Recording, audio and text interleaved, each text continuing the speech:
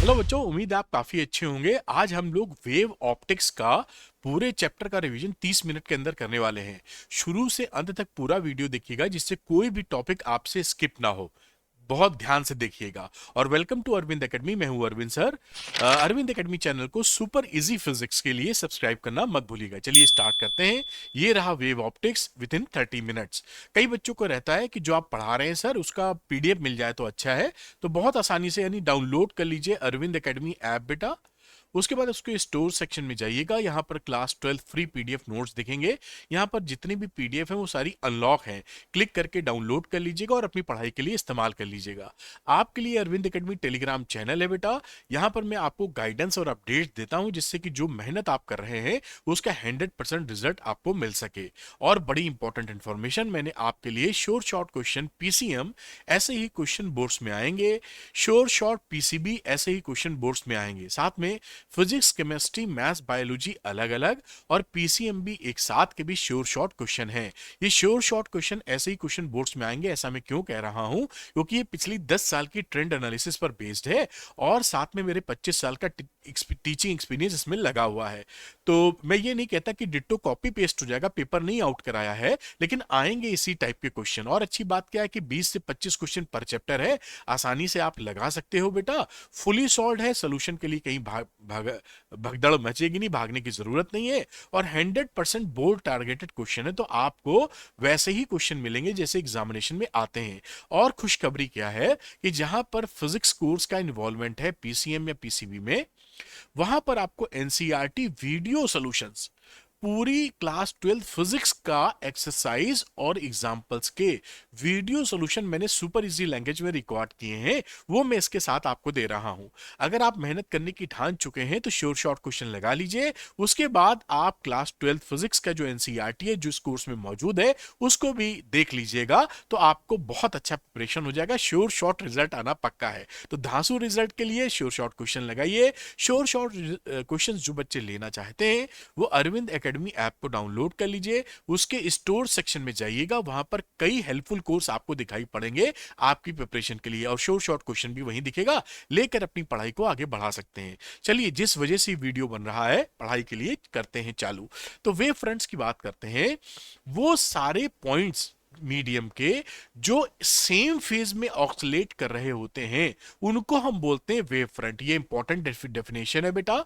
आपका wave front पूछते हैं कि डेफिनेशन बताइए, तो वो सारे जो वेव फ्रंट हैं, जो वो सारे पॉइंट जो सेम फेज में हैं, उन सब का जो लोकस होता है उसे हम वेव फ्रंट बोलते हैं। एग्जाम्पल के तौर पे जो वेव है उसका क्रेस्ट या ट्रफ होता है, वो वेव फ्रंट कहलाता है।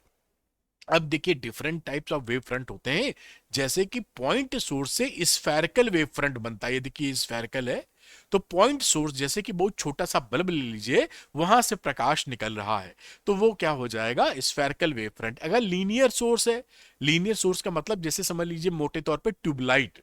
वैसे तो स्लिट की ज्यादा अच्छा एग्जांपल रहेगा, लेकिन स्लिट की बात थोड़ा टेढ़ी मेढ़ी हो जाती है, तो मैं ट्यूबलाइट आपके घरों में लगी होगी, तो वैसे से अगर वेव फ्रंट निकल रहा है तो वो सिलिंड्रिकल वेव फ्रंट होता है। ये देखिए सिलेंडर के फॉर्म में है, इसकी एक्सेस पे ट्यूबलाइट लगी हुई है। और प्लेन वेव फ्रंट हो जाएगा अगर आप किसी पॉइंट सोर्स से काफी दूरी पे चले जाएंगे। तो यही जो स्फीयर होता है, यही दूर से प्लेन लगने लगता है। जैसे धरती गोल होती है, लेकिन क्योंकि उसका रेडियस काफी ज्यादा है, इसलिए हम लोग जहां रहते हैं या प्लेग्राउंड में क्रिकेट खेलते हैं, फुटबॉल खेलते हैं, वो सपाट ही लगता है, प्लेन ही लगता है। तो ये प्लेनर वेव फ्रंट हो गया। जैसा आप देख पाए, different type of wave front होता है, ये ध्यान रखिएगा बेटा। अब क्या होता है, रे ऑफ लाइट क्या होती है? तो जो रे ऑफ लाइट होती है वो हमेशा वेव फ्रंट के परपेंडिकुलर होती है। तो एक लाइन खींच दीजिए perpendicular to wave front in the direction of propagation of the wave. जिस डायरेक्शन में वेव चल रही है उसको हम बोलते हैं रे का डायरेक्शन। हमेशा ध्यान रखिएगा कि ray are always perpendicular to wave front in the propagation of wave. Wave front कह लीजिए। ये क्या क्यों इंपॉर्टेंट है? इसलिए क्योंकि ये बताती है कि किधर एनर्जी का फ्लो हो रहा है। तो रे ऑफ लाइट किधर होगी? इन सब के देखिए स्फेरिकल था तो रे हो गई सीधे रेडियल, और इसमें सिलेंड्रिकल बोले तो ये रे के डायरेक्शन से जो आपको दिखाई पड़ रहे हैं। यहाँ ये प्लेनर वेव फ्रंट थे तो इसके परपेंडिकुलर डायरेक्शन में ये आपने रे बना दिए तो ये रे हो गई। हमेशा इस तरह से पकड़ के रखेंगे आप। अब आगे बात करते हैं बहुत important Huygens principle of secondary wavelets. जो हाइजेंस प्रिंसिपल होता है ये वेव थ्योरी की आत्मा है, बेसिस है लिखे फिजिक्स में, वरना बिना यही मतलब नींव है, फाउंडेशन है या आत्मा है वेव थ्योरी की। पहली इंपॉर्टेंट बात। दूसरी इंपॉर्टेंट बात कि हाइजेंस प्रिंसिपल हमको बताता क्या है, देखिए मैंने लिखा भी है जो मैं बोल रहा हूं, वो ये बताता है कि एक मीडियम में वेव फ्रंट कैसे आगे चलता है, कैसे वेव फ्रंट प्रोपोगेट करता है। तो ये कैसे चलता है मतलब कि अगर आप अभी इस समय वेव फ्रंट ए पोजीशन पर है तो एक सेकंड के बाद वो कहां होगा, उसकी पोजीशन कहां होगी, ये आप हाइजेंस प्रिंसिपल से जान सकते हैं।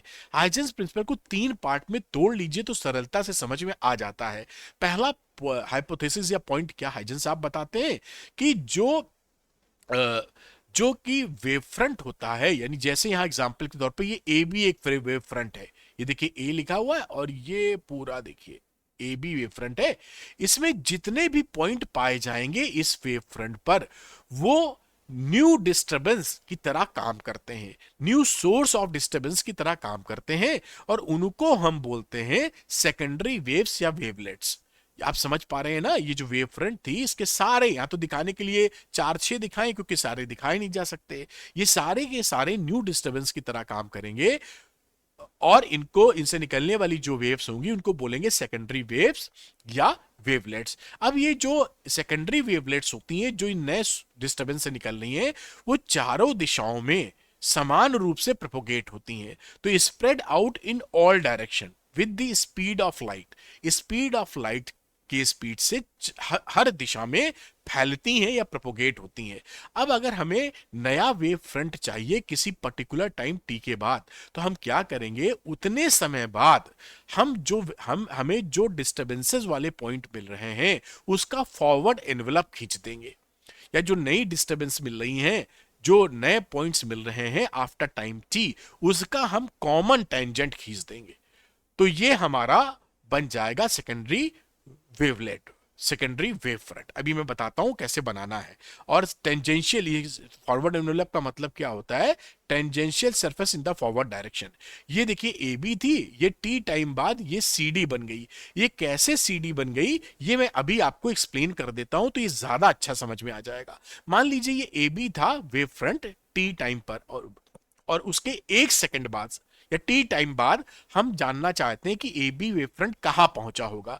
तो आपको पता है कि टी टाइम में ये इसकी स्पीड क्या है वेव फ्रंट की चलने की, सी टी ले लेते हैं। ये स्पीड कह रहा हूं कि मतलब डिस्टेंस की बात कर लीजिए, इतना डिस्टेंस ट्रेवल किया होगा wave front. Speed of light c होती है टी टाइम में, तो distance equal to speed into time, speed equal to distance upon time होता है, तो distance equal to speed into time. अब हम क्या करेंगे, इस पे जो नया वाला डिस्टरबेंस ए बी है, इससे हम यहां पर, आपको ये सर्कल दिख रहा है लेकिन ये सर्कल नहीं है, ये पूरा स्फेयर है, 3D पिक्चर है। खैर, इसको, इसका जो रेडियस है वो सी टी के बराबर बना के गोला खींच लीजिए, स्फेयर खींच लीजिए। ये जो ए डैश है ये सी टी के बराबर है, और दूसरे पॉइंट पे भी सीटी के बराबर, ऐसे आप रेडियस खींच लीजिए।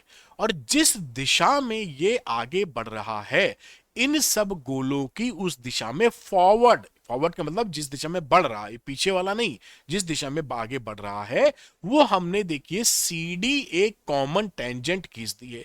तो सी डी हमारी जो नई वेव फ्रंट है आफ्टर आफ्टर टाइम टी, पहले यहां था, टी टाइम बाद वेव फ्रंट हमें सी डी मिल गया है। ये बनाने का तरीका इसके होता है। और ये जो ए डैश है या बी डैश है ये रेज हो जाती हैं क्योंकि डिस्टेंस हो गई, और रे का डायरेक्शन किधर होता है, हमेशा परपेंडिकुलर टू द वेव, तो परपेंडिकुलर भी है और उसी डायरेक्शन में है जिस डायरेक्शन में वेव चल रही है।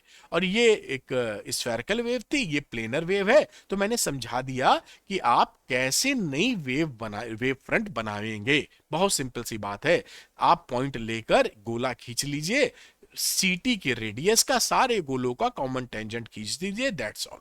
तो ये हाइजेंस प्रिंसिपल से बनाया जाता है।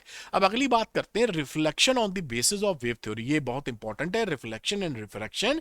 इसमें से एक प्रूविंग कह लीजिए आपके एग्जाम में आने वाली है। अक्सर रिफ्रैक्शन आती है लेकिन रिफ्लेक्शन भी पूछ सकते हैं। तो अब यहां पर हम लोग प्रूफ क्या करेंगे कि जहां रिफ्लेक्शन हो रहा है वहां एंगल आई बराबर एंगल आर आर है on the basis of wave theory. तो देखिए एक्स वाई ले लिया है, ये रिफ्लेक्टिंग सरफेस है। ये देखिए आप, ये जो मैं पूरा लाइन ऐसे खींच दूं, ये एक शीशा ले लीजिए आप, रिफ्लेक्टिंग सरफेस।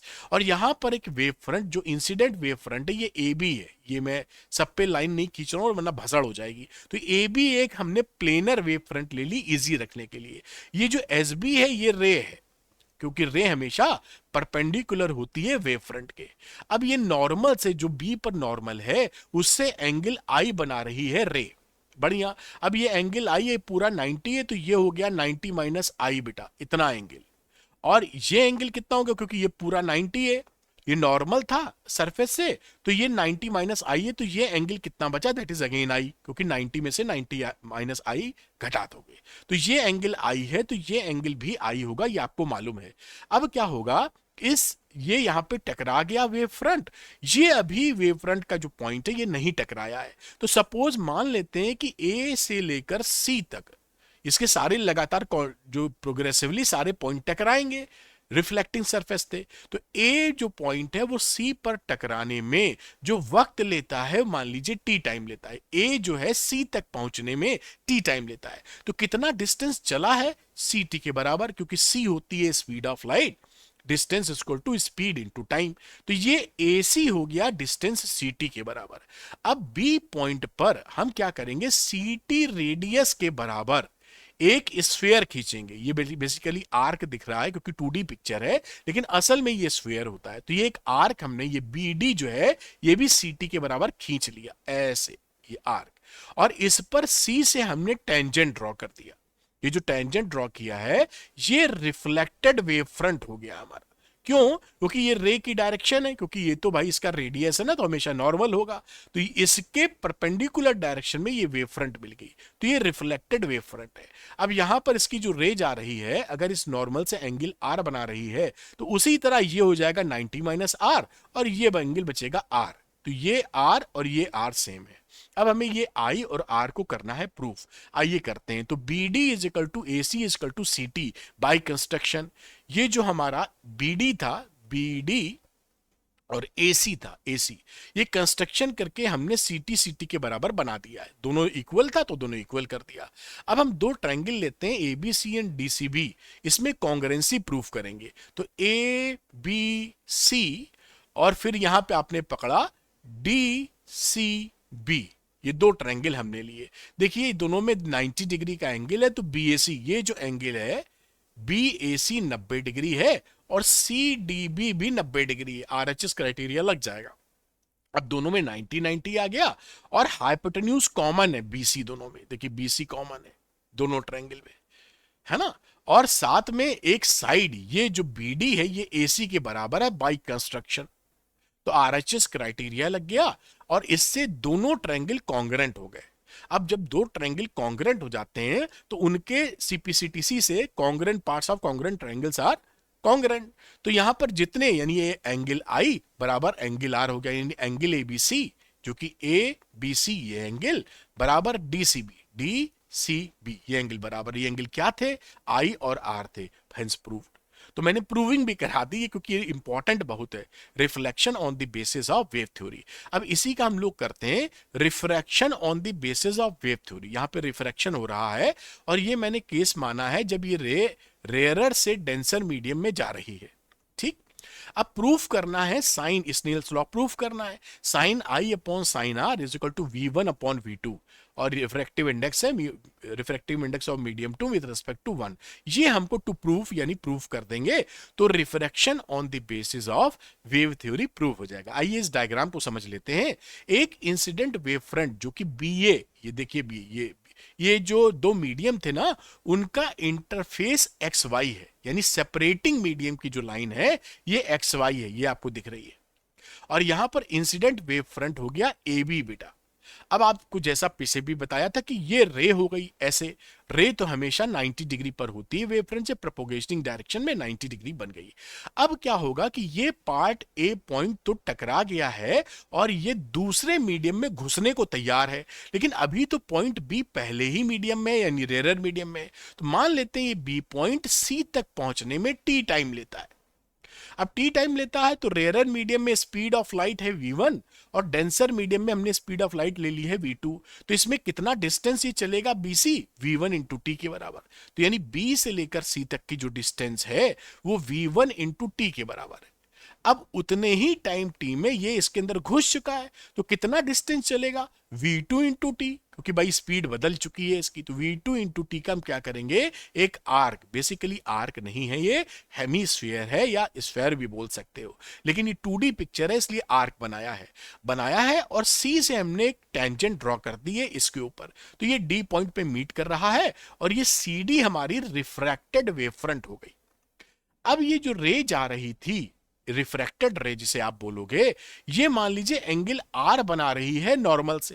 तो ये एंगल आर है तो ये 90 माइनस आर है और ये 90 था ही तो ये आर हो गया। देखिए तो मैंने यहां पर आपको ये बताया कि ये आर और ये आर दोनों बराबर कैसे है, बढ़िया। और यहां पर देखिए ये आई था तो ये 90 माइनस आई हो जाएगा। अब ये पूरा 90 फिर से, तो 90 में से 90 माइनस आई घटाओगे तो ये आई मिलेगा, तो ये एंगल आई हो गया। आई और आर निकाल लिया। अब हमें सिंपल कुछ नहीं करना होता, इसमें हम साइन आई ले लेंगे। इसमें ये देखिए बाई कंस्ट्रक्शन v1t और v2t जो हमने बताया था वो आपने बना लिया है। अब हम राइट एंगल ट्रायंगल एबीसी ले रहे हैं, ए बी सी, इसके अंदर साइन आई ले रहे हो। साइन आई क्या होता है, परपेंडिकुलर अपॉन हाइपोटेन्यूज। तो इसका परपेंडिकुलर कितना आ गया बेटा, बीसी, ये देखिए बीसी, और हाइपोटेन्यूज एसी, ये हमने लिख दिया साइन आई की वैल्यू परपेंडिकुलर अपॉन हाइपोटेन्यूज। अब हम राइट एंगल ट्रायंगल ले रहे हैं एडीसी, तो ए डी सी ये राइट एंगल है। अब यहां साइन आर ले लो, तो साइन आर क्या हो जाएगा, परपेंडिकुलर अपॉन हाइपोटेन्यूज। तो perpendicular is AD, hypotenuse is AC. तो ये देखिए एडी अपॉन एसी। अब sine i upon sine r कर दो, तो ये बीसी अपॉन एसी यहां आ गया और नीचे एडी अपॉन एसी आ गया। ये एसी एसी कट गया, ये बीसी अपॉन एडी। बीसी की वैल्यू कितनी थी बेटा, ये बीसी की वैल्यू लिख रखी थी आपने v1 इंटू टी, ये पुट कर दिया। एडी की वैल्यू कितनी थी, v2 इंटू टी पुट कर दिया। टी टी देखिए गया कट, तो v1 अपॉन v2, तो sine i upon sine r v1 upon v2 आ गया। यही स्नेल्स लॉ है, that is constant refractive index of 2 with respect to 1। तो रिफ्रैक्शन को भी आपने प्रूव कर दिया on the basis of wave theory. ये बहुत इंपॉर्टेंट है, पकड़ के रखिएगा। चलिए एक कदम आगे बढ़ाते हैं। तो अब क्या होता है, effect of on wavelength, frequency and speed during refraction. Refraction में ध्यान रखिएगा, जो फ्रीक्वेंसी वेव की होती है वो नहीं बदलती, स्पीड बदलती है और वेवलेंथ बदलती है। इस रिलेशन को ध्यान रखिए, इस रिलेशन पे बेस्ड काफी क्वेश्चन आपसे पूछे जाते हैं। Refractive index of 2 with respect to 1 is equal to μ2 upon μ1, v1 upon v2 is equal to lambda 1 upon lambda 2। Lambda और v चेंज होते हैं रिफ्रैक्शन में, जबकि फ्रीक्वेंसी नहीं बदलती। एब्सोल्यूट रिफ्रैक्टिव इंडेक्स म्यू का क्या हो जाएगा, c upon v। Absolute refractive index का मतलब है कि पहला मीडियम एयर या वैक्यूम है, तो म्यू निकालने के लिए c अपॉन v का इस्तेमाल आप करेंगे। अब ये बिहेवियर है प्रिज्म, लेंस एंड मिरर का, जब आप प्लेन वेव फ्रंट इसके ऊपर फॉल कराते हैं। ये एग्जाम में पूछा जा चुका है कई बार, तो मैंने कहा आपके सामने ले आऊं। ये प्रिज्म है, ये देखिए इंसिडेंट वेव फ्रंट प्लेनर है। जब इस पे फॉल करेगा बेटा तो ये रिफ्रैक्ट होता है, लेकिन planar wave front plenary refracted wave front रहता है, कोई दिक्कत इसमें नहीं होती। अब ये देखिए ये कॉन्वेक्स लेंस है, तो कॉन्वेक्स लेंस में ये प्लेनर इंसिडेंट वेव फ्रंट कैसा है, प्लेनर। अब ये रिफ्रैक्ट होने के बाद ये स्फेरिकल इन नेचर हो जाता है, ये देख रहे हैं, क्योंकि रे जो है फोकस पे मीट कर रही है, तो ये स्फेरिकल इन नेचर होगा। और यहां पर अगर कॉनकेव मिरर ले रहे हो तो इंसिडेंट वेव फ्रंट प्लेनर है, तो ये भी फोकस पे मीट कर रही है रे, तो ये बन जाएगा स्फेरिकल वेव फ्रंट। ये आपका रिफ्लेक्टेड वेव फ्रंट है। तो ये पकड़ के रखिए, डायग्राम पूछा जाए तो जरूर आंसर कीजिएगा। अब principle of superposition of wave की बात करते हैं। जो principle of superposition of wave क्या होता है कि अगर एक वेव है दूसरी वेव है, उस किसी पॉइंट पर अगर हमें रिजल्टेंट डिस्प्लेसमेंट चाहिए तो इन दोनों का वेक्टर सम कर देते हैं। तो resultant displacement is the vector sum of individual displacements. तो y is equal to y1 plus y2 कर दोगे वेक्टोरली तो रिजल्ट आपके हाथ में आ जाएगा। अब हम इंटरफेरेंस ऑफ लाइट की बात करते हैं। ये मैंने थ्योरी लिख दी है आपके किताब से, इसको तोड़ के मैंने नीचे लिखा है जिससे आपको समझाने में आसानी हो। तो देखिए इंटरफेरेंस ऑफ लाइट क्या होता है, जब दो लाइट वेव्स सेम फ्रीक्वेंसी की जीरो या कांस्टेंट फेज डिफरेंस से एक ही डायरेक्शन में ट्रेवल कर रही होती हैं, तो उस समय एनर्जी रीडिस्ट्रीब्यूट हो जाती है। कुछ पॉइंट पर मैक्सिमम होती है, कुछ पॉइंट पर मिनिमम होती है। इसे बोलते हैं इंटरफेरेंस ऑफ वेव्स या इंटरफेरेंस ऑफ लाइट। अगर लाइट है, कहने का ये मतलब है कुछ ऐसा समझ लीजिए कि एक दीवार पर एक बल्ब लगाया है और सेम कोहेरेंट या वैसा ही बल्ब दूसरे दीवार पर लगाया है, दीवार पर, और दोनों एक साथ जला दिए तो रोशनी दीवार पूरी आने की जगह एक जगह कालापन आ गया और बगल में व्हाइट पट्टी आ गई, फिर काली फिर व्हाइट, तो रीडिस्ट्रीब्यूशन ऑफ एनर्जी हो गई। इसी चीज को बोलते हैं इंटरफेरेंस ऑफ लाइट। इसको ये जो कंडीशन से याद रखिएगा, दो light wave same frequency, constant phase difference या zero phase difference, travelling in same medium, energy redistribute और इंटरफेरेंस ऑफ लाइट कहलाएगा। अब ये जो यंग्स डबल स्लिट एक्सपेरिमेंट था, इसके अंदर एक पर्टिकुलर सिचुएशन पैदा की थी यंग्स ने, तब ये इंटरफेरेंस देख पाए थे। ये नॉर्मल नहीं होता है। तो यहां पे सोर्स लिया था monochromatic light, sodium vapour lamp. ये देखिए, ये उसकी 3D पिक्चर है, ये सोर्स लिया है। अब हमें सेम फ्रीक्वेंसी की लाइट चाहिए होती है, तो एक ही सोर्स से हम पैदा कराते हैं दो सोर्स, जिससे सेम फ्रीक्वेंसी की मिले लाइट और कांस्टेंट फेज डिफरेंस बना रहे। तो ये स्लिट विड्थ, एक स्लिट का मतलब एक पेपर लीजिए, एक रेजर से काट दीजिए तो पतली सी जो झिर्री बन जाएगी उसे स्लिट बोलते हैं, उसकी चौड़ाई को स्लिट विड्थ।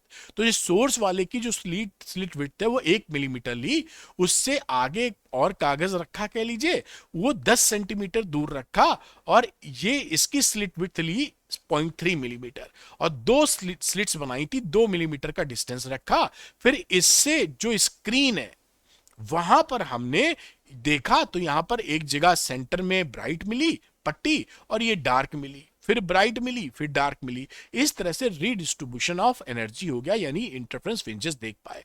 तो ये देखिए बड़ी पेकुलियर सिचुएशन है, नॉर्मली इंटरफेरेंस नहीं दिखता, क्योंकि जो प्रैक्टिकली आपको जो सोर्स मिलते हैं वो कोहेरेंट नहीं मिलते, नेचर में सेम फ्रीक्वेंसी के सोर्स नहीं मिलते। तो ये आप पकड़ के रखिएगा, इंटर वाईडीएससी एक्सपेरिमेंट है जो कि बहुत इंपॉर्टेंट है।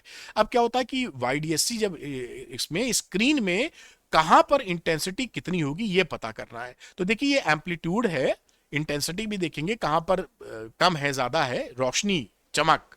तो a square equal to a one square plus a two square plus 2a1 a2 cos phi. अब ये एम्पलीट्यूड है पहली वेव का a1, दूसरी वेव का a2, और उनके बीच में कांस्टेंट फेज डिफरेंस है फाई। तो ए है रिजल्टेंट एम्पलीट्यूड। तो इस फॉर्मूले से रिजल्टेंट एम्पलीट्यूड निकाल सकते हो, और इंटेंसिटी एम्पलीट्यूड के प्रोपोर्शनल होती है इन वेव थ्योरी। तो इसी से आप इंटेंसिटी का फॉर्मूला डराइव कर लेते हैं। तो आई आ जाएगा i1 plus i2 plus 2i1 i2 into cos phi. इसमें सब कुछ तो फिक्स्ड है, बस कॉस फाई वेरिएबल है। तो ये जो टर्म, इतना टर्म होता है, इसको हम बोलते हैं इंटरफेरेंस टर्म। इसी के बदलने से जगह जगह स्क्रीन पर इंटेंसिटी बदलती है, यानी कितनी चमक है वो बदल जाएगी। अब इसी का एक और फॉर्मूला इसका, कि मान लीजिए दोनों सोर्स जो हमारे हैं वो सेम इंटेंसिटी दे रहे हैं, तो ये फॉर्मूला रिड्यूस कर जाता है। ये तो है जनरल फॉर्मूला। अब इसमें अगर i1 i2 की वैल्यू हम i0 के बराबर कर दें, दोनों जो सोर्स थे वो सेम इंटेंसिटी दे रहे हैं, तो हमारी इंटेंसिटी स्क्रीन पर कितनी मिलेगी, I is equal to 4i0 cos square 5/2। ये फॉर्मूला रिड्यूस होके ये बन जाता है। कई किताबों में ऐसे लिखते हैं I is equal to 4i0 को I मैक्स कर देते हैं एंड cos स्क्वायर 5/2। तो इसको भी ध्यान रखिएगा, ये कब फॉर्मूला लगेगा, जब दोनों स्लिट्स की इंटेंसिटी सेम हो। तो ये इन जनरल ये ऊपर वाला बढ़िया। अब बात करते हैं condition for constructive interference. Constructive interference का मतलब होता है वो पॉइंट जहां पर मैक्सिमम इंटेंसिटीज मिल रही हैं। तो इसका याद रखिएगा कंडीशंस, कि फेज डिफरेंस जब इवन मल्टीपल ऑफ पाई होता है, यानी डेल्टा फाई बराबर 2n पाई, या path difference even multiple of lambda by 2। तो 2n इंटू लेमडा बाई 2, किताबों में इंटीग्रल मल्टीपल ऑफ लेमडा लिखा रहता है n लेमडा। मैंने इसी को ये कर दिया है याद रखने के लिए, आसानी होगी, क्योंकि जब डिस्ट्रक्टिव आएगा तो इसी तर्ज पर आएगा। तो याद रखिए इवन मल्टीपल ऑफ पाई है फेज डिफरेंस तो constructive, odd multiple of lambda by 2 है तो even multiple of lambda by 2 है तो कंस्ट्रक्टिव इंटरफेरेंस, और एन लेमडा बाई एन की वैल्यू 0 1 2। अब यहाँ पे ध्यान ये भी रखना कि ये जो फेज डिफरेंस होता है वो एंगल होता है, पाथ डिफरेंस डिस्टेंस होता है। तो यहाँ पर ये फेज और पाथ डिफरेंस में रिलेशन भी होता है, delta phi equal to 2 pi upon lambda into delta p. इसको याद करके रखिएगा, काम आएगा। और डिस्ट्रक्टिव इंटरफेरेंस की हम लोग बात करें तो वो पॉइंट जहां पर मिनिमम इंटेंसिटीज मिल रही है, तो ये कंडीशंस क्या है, जहां पर phase difference odd multiple of pi हो और odd multiple path difference odd multiple of lambda by 2 हो। तो phase difference 2n-1 into pi और ये path difference 2n-1 lambda by 2, n की वैल्यू 1 2 3 4 स्टार्ट होगी। ध्यान रखना फेज डिफरेंस एंगल होता है, पाथ डिफरेंस डिस्टेंस होता है। अब ये मैंने जो बात बताई थी पीछे, उसी को यहां पर समरी दे दी कि कंस्ट्रक्टिव इंटरफेरेंस के लिए डेल्टा फाई यानी phase difference 2n lambda even multiple of pi, और path difference even multiple of lambda लिखो या यही सॉरी एन लेमडा या even multiple of lambda by 2, इस तरह। डिस्ट्रक्टिव के लिए ऑड मल्टीपल ऑफ पाई या odd multiple of lambda by 2, इस तरह इसको याद रखा जाएगा। अब कोहेरेंट एंड इनकोहेरेंट सोर्स की बात करते हैं कि कोहेरेंट सोर्स क्या होते हैं। कोहेरेंट सोर्स वो होते हैं जिनकी फ्रीक्वेंसी सेम होती है और जिनके बीच में जीरो या कांस्टेंट फेज डिफरेंस मिलता है, या तो फेज डिफरेंस हो ही ना, अगर हो तो कांस्टेंट हो, बदल ना रहा हो।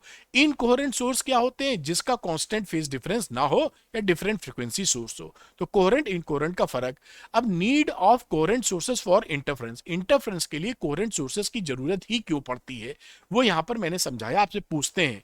तो कोहेरेंट सोर्स क्या रहा, फाई रिमेन्स कॉन्स्ट। भाई एक सोर्स होगा तो दो कंडीशन हो सकती हैं, या तो कोहेरेंट हो या इनकोहेरेंट हो। कोहेरेंट होने का मतलब है उसका फाई फेज डिफरेंस बदल नहीं रहा है, ये इंटेंसिटी का फॉर्मूला होता है। अब अगर मान लीजिए क्योंकि फाई फिक्स्ड है तो मैक्सिमम आई के लिए जहां पर कॉस फाई की वैल्यू +1 होगी, ये इंटेंसिटी का जो फॉर्मूला था ये रिड्यूस, भाई कॉस फाई की जगह +1 लिख दोगे, ये रिड्यूस हो जाएगा। इसको रिड्यूस करके आप आई मैक्स की वैल्यू √I1 प्लस √I2 का होल स्क्वायर निकाल लेंगे, ये आई मैक्स मिल गया। ठीक है। और सिमिलरली जहां पर cos फाई की वैल्यू -1 है, वहां पर यही जो ये जनरल फार्मूला जो था वो रिड्यूस होके ये आ जाता है, क्योंकि cos फाई की जगह यहां -1 रख दोगे तो √I1 माइनस √2 का होल स्क्वायर। तो आपने क्या देखा, कहीं पर आई मैक्स और कहीं पर आई मिनिमम मिल गई, यानी एनर्जी का रीडिस्ट्रीब्यूशन हो गया। इसका मतलब है इंटरफ्रेंस हो गया, कहीं पर मैक्सिमम इंटेंसिटी कहीं पर मिनिमम इंटेंसिटी, यही तो इंटरफ्रेंस होता है। लेकिन इनकोहेरेंट अगर सोर्स है तो फाई कांस्टेंट नहीं रहेगा, बदलता रहेगा एक ही पॉइंट पर स्क्रीन के। तो आई की वैल्यू इन जनरल ये होती है और कॉस फाई की एवरेज वैल्यू 0 होती है। तो जब कॉस फाई की एवरेज वैल्यू 0 हो जाएगी पूरी, तो केवल इतना ही टर्म तो बचेगा, I equal to I1 plus I2। इसका मतलब है कि एक जैसी रोशनी दिखाई पड़ेगी, जैसे एक बल्ब इधर जलाया एक बल्ब इधर, तो रोशनी डबल हो गई, I1 प्लस I2 हो गई, सिंपल एज दैट। तो यहां पर इंटरफ्रेंस नहीं हुआ, जबकि यहां पर इंटरफ्रेंस हुआ। तो इंटरफ्रेंस के लिए कोहेरेंट सोर्स होने की जरूर आवश्यकता है, बिना उसके इंटरफ्रेंस नहीं होता है। अब हम थ्योरी ऑफ इंटरफ्रेंस फ्रिंजेस में जब हम दो स्लिट लगाते हैं, स्क्रीन पे बात करते हैं और हम कहते हैं कि सेंटर से किसी पॉइंट पी पर कहां पर ब्राइट फ्रिंजेस बनेगी, कहां पर डार्क फ्रिंजेस। तो जो पी पॉइंट पर पाथ डिफरेंस निकालेंगे उसको याद रखिएगा, सवालों में ट्विस्ट आएगा तो आप संभाल पाएंगे। डेल्टा पी की वैल्यू होती है XD upon capital D। X होता है सेंटर से डिस्टेंस, D स्क्रीन का डिस्टेंस और D है स्लिट के बीच का डिस्टेंस। जहां पर ब्राइट फ्रिंज मिलती है उसका फॉर्मूला होता है ND lambda upon D। N है ब्राइट फ्रिंज। जहां पर डार्क फ्रिंजेस की पोजीशन सेंटर से निकालेंगे तो 2n-1 D lambda upon 2D, और एन की वैल्यू 1 से 2 1 2 3 4 होगी, यहाँ 0 1 2 3 4। ये इंटरफ्रेंस फ्रिंजेस कहां बनेगी स्क्रीन पर वो पता कर सकते हैं। जो फ्रिंज विड्थ होती है वो beta D lambda by D होती है, फ्रिंज की चौड़ाई। फ्रिंज की चौड़ाई इंटरफ्रेंस पैटर्न में सबकी सेम रहती है, चाहे वो पहली फ्रिंज हो चाहे 10वीं फ्रिंज हो। तो fringe width same in interference pattern, और साथ में बीटा विजिबल होने के लिए कैपिटल D बड़ा और स्मॉल d छोटा होना चाहिए, जिससे बीटा ऑब्जर्वेबल हो, यानी आराम से उसकी चौड़ाई आप देख सके। सस्टेन्ड इंटरफ्रेंस पैटर्न का मतलब होता है कि जहां पर ब्राइट फ्रिंज बन रही है वो टाइम बदलने के साथ साथ ब्राइट फ्रिंज वहां बनी रहे, बदले नहीं। जहां डार्क बन रही है वहां डार्क रहे, यानी जो है वही बना रहे, समय बदलता रहे लेकिन फ्रिंजेस ना बदले। ऐसे पैटर्न को सस्टेन्ड इंटरफ्रेंस पैटर्न बोलते हैं। उसके लिए कुछ कंडीशंस होती हैं, जैसे कि वो इंटरफ्रेंस की जो कंडीशन है वही मैक्सिमम है। दो सोर्स कोहेरेंट होने चाहिए, साथ में उनके एम्पलीट्यूड्स बराबर हो जाएंगे, साथ में सेम डायरेक्शन में जा रही हो, मोनोक्रोमेटिक सोर्स हो और कैपिटल डी स्मॉल डी से बड़ा हो, तो वही है इंटरफ्रेंस वाली, तो आपको सस्टेन्ड इंटरफ्रेंस पैटर्न मिल जाएगा। इंटेंसिटी डिस्ट्रीब्यूशन कर्व ये बहुत ज्यादा इंपॉर्टेंट है। आप देखेंगे कि ये आपका स्क्रीन का सेंटर वाला पार्ट है, वहां पर आई मैक्स ब्राइट फ्रिंज मिल रही है, और उसी तरीके से जितनी ब्राइट फ्रिंजेस हैं, ये ब्राइट फ्रिंजेस हैं, सबकी इंटेंसिटी सेम है, और ये डार्क फ्रिंजेस हैं यहाँ पर अंधेरे वाली, तो ये डार्क फ्रिंजेस की भी इंटेंसिटी सेम है। यहां पर एक जगह आई दिखाया है और दूसरी एक्सेस पे डिस्टेंस फ्रॉम द सेंटर दिखाया है। तो ध्यान रखिएगा, intensity of all bright fringes are same, और डार्क फ्रिंजेस की सेम है, और साथ में डार्क फ्रिंजेस पूरी डार्क लेनी है, तो दोनों का एम्पलीट्यूड सेम रखना होगा। अब यहां पर conservation of energy in interference की बात करते हैं, तो आई मैक्स होता है a1 प्लस a2 का square, I minimum a1 minus a2 का होल स्क्वायर। इंटरफ्रेंस जहां हो रहा है वहां पर इसका एवरेज निकालते हैं, तो आई एवरेज निकालने का मतलब है I max plus I minimum upon 2, तो ये आई मैक्स की वैल्यू रख दी, ये आई मिनिमम की रख दी। अब इसको सॉल्व किया तो a1, ये ऊपर वाला देखेंगे तो a1 square plus a2 square आएगा, यानी I average proportional to a1 square plus a2 square in interference. ये वैल्यू मिल गई इंटेंसिटी की। अगर इंटरफ्रेंस ना हो रहा हो तो क्या होता, तो सीधे I is equal to I one plus I two होता, I is proportional to a one square plus a two square. तो ये चीज देखिए ऐसी सेम है, यानी अगर इंटरफ्रेंस हो रहा है तो भी एनर्जी वही है, बस रीडिस्ट्रीब्यूशन ऑफ एनर्जी हो रहा है, चाहे इंटरफ्रेंस हो चाहे ना हो एनर्जी वही बनी रहती है, ये इससे प्रूव किया जाता है। अब comparison of intensities at maxima and minima, ये फॉर्मूला बड़ा इंपॉर्टेंट है, इस पे अक्सर सवाल बनते हैं। I max upon I minimum, तो under root I one plus under root I two upon under root I one minus under root I two का होल स्क्वायर, या a one plus a two upon a one minus a two का whole square, या इस तरीके से formula लिख सकते हैं। ये omega one upon omega two है, ये होती width of two slits, width की चौड़ाई इंटेंसिटी के प्रोपोर्शनल होती है, तो omega one upon omega two is equal to I one upon I two is equal to a one square upon a two square. बड़ा इंपॉर्टेंट फॉर्मूला, याद करके रखिएगा। डिफ्रैक्शन क्या होता है कि जब एक लाइट से आप उसके सामने अपर्चर रख देते, एक हर्डल एक रख देते हैं, ऑब्स्टेकल रख देते हैं, जिसका ऑर्डर इसकी वेवलेंथ के ऑर्डर का होता है, तो ये रे जो होती है ऑब्स्टेकल वाले एरिया में थोड़ा सा मुड़ जाती है उस ऑब्स्टेकल की तरफ, यानी शैडो एरिया में सीधी जाने की बजाय। जबकि रे ऑप्टिक्स में हम पढ़ते हैं सीधी जानी चाहिए, लेकिन ये मुड़ गई, तो मुड़ने की वजह से ये वेव ऑप्टिक्स की प्रॉपर्टी हो जाती है। तो हमेशा जो रे शैडो एरिया में मुड़ जाती है उसे वही डिफ्रैक्शन, वो फिनोमिना डिफ्रैक्शन कहलाता है। सीडी पर जो डिफरेंट, आप रोशनी में जो उसको ऐसे घुमाते हैं तो सीडी पर जो डिफरेंट कलर दिखते हैं वो आपको डिफ्रैक्शन की वजह से दिखते हैं, ये पकड़ के रखिएगा। ये आपको एक एक्सपेरिमेंट है, दो रेजर ब्लेड को एक बाजू में लगा दीजिए, पतली सी स्लिट बनेगी, एक बल्ब जो कि क्लियर बल्ब है उसका फिलामेंट स्टेट है उसमें रखेंगे, तो ऐसी आपको यहां पर फ्रिंज विड्थ फ्रिंजेस दिखेंगी। डिफ्रैक्शन में भी फ्रिंजेस बनती हैं, लेकिन इंटरफ्रेंस से डिफरेंट होती हैं, और डिफ्रैक्शन में सिंगल सोर्स होता है, इंटरफ्रेंस में दो सोर्स होता है। अब यहां पर देखिए ये एनसीईआरटी का डायग्राम है, ये जो स्लिट है सिंगल स्लिट, उसका जो अपर्चर या चौड़ाई है वो ए है बेटा। मान लीजिए इससे डी डिस्टेंस दूर, डी पर कोई स्क्रीन लगाई है, पी पॉइंट ले लेते हैं, ये स्क्रीन है, पी पॉइंट पर हम जानना चाहते हैं पाथ डिफरेंस कितना है, तो ये लाइन सेंटर वाली मिला दीजिए, मान लीजिए एंगल थीटा बनना है, तो पाथ डिफरेंस होता है ए साइन थीटा के बराबर। नहीं, इसको याद रखिएगा, जब क्वेश्चन में ट्विस्ट आएगा तो आप ऐसे संभाल पाएंगे। तो डिफ्रैक्शन सेकेंडरी वेव का कहां होगा, सेकेंडरी मैक्सिमा, तो वो होता है 2n plus one lambda upon 2a के बराबर। ध्यान रखिएगा इंटरफ्रेंस से उल्टा होता है, क्योंकि इंटरफ्रेंस में लेमडा बाई 2 का जहां पर हमें इवन मल्टीपल होता था वहां मैक्सिमम मिलता था, यहाँ इवन मल्टीपल पे सेकेंडरी मैक्सिमा है। और डायरेक्शन ऑफ nth मिनिमा की बात करेंगे तो लेमडा अपॉन ये 2, ये n इंटू लेमडा बाई ए, या 2n lambda upon 2a, n की वैल्यू 1 से स्टार्ट हो रही, इसको याद करके रखिए। अब देखिए एंगुलर एंड लीनियर विड्थ की बात करते हैं, तो angular width of central maxima, central maxima क्या होता है, इसमें डबल चौड़ा होता है। एंगुलर विड्थ का मतलब है लंबा, तो अगर यहां पर इतना सेंट्रल मैक्सिमा है तो ये जो एंगल है इसको मिला दीजिए इधर, इसको मिला दीजिए इधर, इसके बीच का जो टोटल एंगल आएगा उसे बोलते हैं angular width of central maxima. Theta है, थीटा तो 2 थीटा, तो 2 थीटा के बराबर 2 लैम्डा अपॉन ए आ गया। और लीनियर विड्थ क्या होती है, जो आप स्क्रीन पे नपाई करते हैं, एंगल नहीं, ये इंची टेप से नाप लीजिए, तो इसकी वैल्यू होती है 2 डी लैम्डा अपॉन ए सेंट्रल मैक्सिमा की। और इसके बाद जो मैक्सिमा मिलेगा उन सबको सेकेंडरी मैक्सिमा बोलते हैं। उस सेकेंडरी मैक्सिमा की जो वैल्यू है वो सेंट्रल मैक्सिमा की आधी होती है। ये देखिए, इसको डी लैम्डा अपॉन ए की जगह 2 डी लैम्डा अपॉन ए की जगह डी लैम्डा अपॉन ए। और angular width of secondary maxima lambda upon a, इसी का आधा सेंटर वाले का। फ्रिंज विड्थ सेम नहीं है, यानी सेंटर वाले की फ्रिंज विड्थ डबल है, बाकी की उससे आधी है, ये ध्यान रखिए। इंटेंसिटी डिस्ट्रीब्यूशन देखेंगे तो जो डिफ्रैक्शन है उसमें इंटेंसिटी डिस्ट्रीब्यूशन भी सेम नहीं रहता। सेंटर वाले का डिस्ट्रीब्यूशन एनर्जी बहुत ज्यादा होता है, बाकी एनर्जी बहुत तेजी से घटती, इंटेंसिटी तेजी से घटती है। तो ये इंटेंसिटी का हो गया, ये स्क्रीन पर पार्ट डिफरेंस वगैरह दिखाया है। तो इंटेंसिटी यहां पर सेम नहीं होती है, ये इंटरफ्रेंस और डिफ्रैक्शन का डिफरेंस है। इंटरफ्रेंस में क्या होता है, हमारे पास दो कोहेरेंट सोर्सेज लेने पड़ते हैं टू डिफरेंट वेव फ्रंट से, जो कि ओरिजिनेट कर रही हो कोहेरेंट सोर्सेस से, उससे इंटरफ्रेंस होता है। डिफ्रैक्शन में सिंगल सोर्स होता है तो एक ही वेव फ्रंट के डिफरेंट पार्ट से फ्रिंजेस बनती हैं। इक्वल विड्थ होती है इंटरफ्रेंस के अंदर फ्रिंज विड्थ में, इसमें जो है इक्वल विड्थ नहीं होती। सेंटर ब्राइट जो है डबल चौड़ा होता है बाकी ब्राइट वाली फ्रिंजेस से। सेम इंटेंसिटी मिलती है इंटरफ्रेंस में, इसमें सेम इंटेंसिटी नहीं मिलती, सेंटर वाला ज्यादा ब्राइट, बाकी बहुत तेजी से घटते हैं। जो डार्क फ्रिंज होती है वो परफेक्टली डार्क होती है, यहां डिफ्रैक्शन में परफेक्टली डार्कनेस नहीं आती। और लैम्डा बाई डी पर आपको ब्राइट फ्रिंज मिलेगी, यहां लैम्डा बाई ए पे आपको फर्स्ट डार्क फ्रिंज मिलती है। ये दोनों का डिफरेंस हो गया। पूरा चैप्टर मैंने रिवाइज करा दिया, जाने से पहले याद करा देते हैं, श्योर शॉर्ट क्वेश्चन है।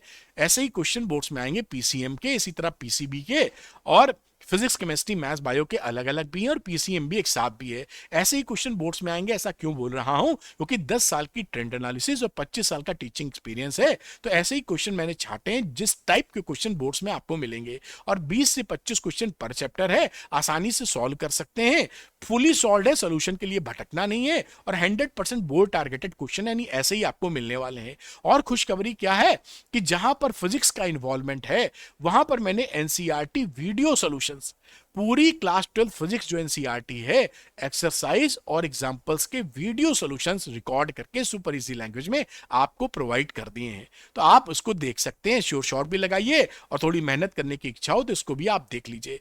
जो बच्चा श्योर शॉर्ट क्वेश्चन लेना चाहता है वो अरविंद एकेडमी ऐप को डाउनलोड कर ले, उसके स्टोर सेक्शन में जाइएगा, वहां पर कई कोर्सेज आपकी हेल्प करने के लिए मौजूद हैं, लेकिन श्योर शॉर्ट क्वेश्चन भी वहां दिखेगा, उसको लेकर अपनी पढ़ाई को आगे बढ़ा सकते हैं। तो thank you very much for watching this video.